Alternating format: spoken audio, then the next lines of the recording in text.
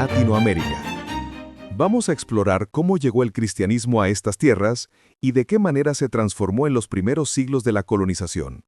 Este tema es fascinante porque nos permite ver cómo la religión, la política y la cultura se entrelazaron en un proceso complejo que marcó para siempre la identidad de América Latina. El cristianismo no llegó de manera neutra. Fue traído en el contexto de la conquista europea, primero con las expediciones de Cristóbal Colón y posteriormente con la colonización española y portuguesa. Las coronas de España y Portugal no solo buscaban nuevas rutas comerciales y riquezas, sino también expandir la fe católica bajo el impulso de una visión providencial, la convicción de que el descubrimiento y conquista de estas tierras eran parte de un plan divino. La conquista de América. La llamada Empresa Colombina se presentó desde sus inicios como una misión santa. Los reyes católicos, al otorgar las capitulaciones de Santa Fe, establecieron claramente que los habitantes de las nuevas tierras debían ser atraídos a toda paz y quietud, y sobre todo ser convertidos a la fe católica. En la práctica, sin embargo, esta misión espiritual se acompañó de un interés económico y político muy marcado.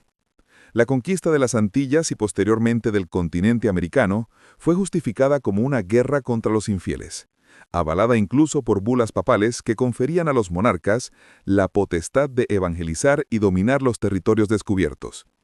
Así, la cruz y la espada avanzaron juntas. Por un lado, la promesa de llevar la salvación cristiana, y por otro, la imposición del dominio europeo. Métodos de evangelización.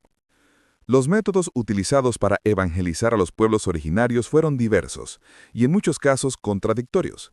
Desde un inicio, los conquistadores se vieron enfrentados a culturas con tradiciones religiosas muy arraigadas, como los pueblos nahuas o incas, que practicaban sacrificios humanos y tenían visiones cósmicas muy distintas a la fe cristiana.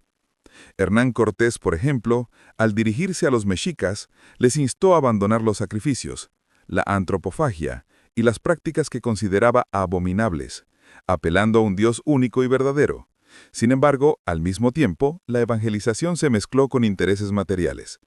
Crónicas de la época, como las de Gonzalo Fernández de Oviedo, señalan que algunos de los llamados convertidores se aprovechaban del bautismo como un trámite superficial, quedándose con oro, mujeres o bienes, mientras dejaban a los indígenas con el nombre de cristianos, pero sin una verdadera instrucción en la fe.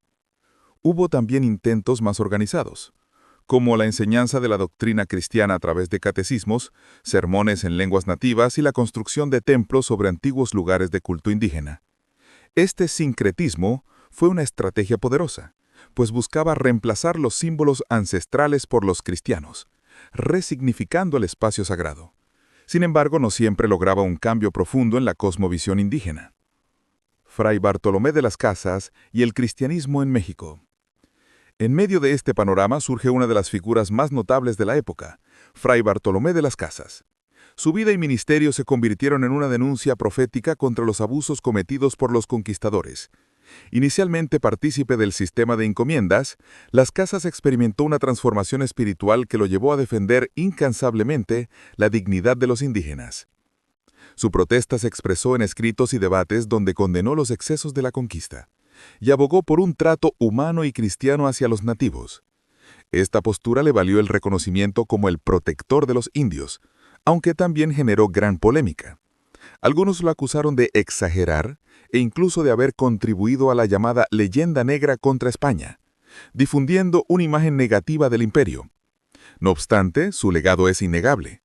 Las Casas mostró que dentro del mismo cristianismo colonial había voces disidentes que buscaban vivir el evangelio en su dimensión ética y compasiva. Su influencia ayudó a impulsar leyes y reformas que, aunque limitadas, marcaron un precedente en la defensa de los derechos humanos en el continente. Reseña del cristianismo en América del Sur. En Sudamérica, la expansión del cristianismo siguió caminos particulares. En el Perú, el enfrentamiento con el poderoso imperio inca mostró la magnitud del choque cultural y religioso. Cronistas como Blas Valera ironizaban sobre la superioridad militar de los conquistadores, señalando que, si lucharan sin armas de fuego ni caballos, la historia sería diferente. En el Virreinato de La Plata, los jesuitas jugaron un papel destacado, fundando reducciones donde los indígenas podían vivir y aprender bajo una organización comunitaria. Estas reducciones fueron vistas con recelo por los encomenderos, quienes las consideraban una amenaza a sus intereses económicos, pues protegían a los indios de la explotación. El caso de Brasil ofrece otra perspectiva. Bajo dominio portugués, la evangelización estuvo fuertemente ligada a los jesuitas, como Manuel da Nóbrega, que defendía la esclavitud de los indígenas bajo ciertas condiciones, argumentando que así se justificaba, como parte de una guerra justa. En esta región, la misión evangelizadora se entrelazó tan estrechamente con la colonización al punto de legitimar tanto la servidumbre indígena como la llegada posterior de esclavos africanos. Conclusión.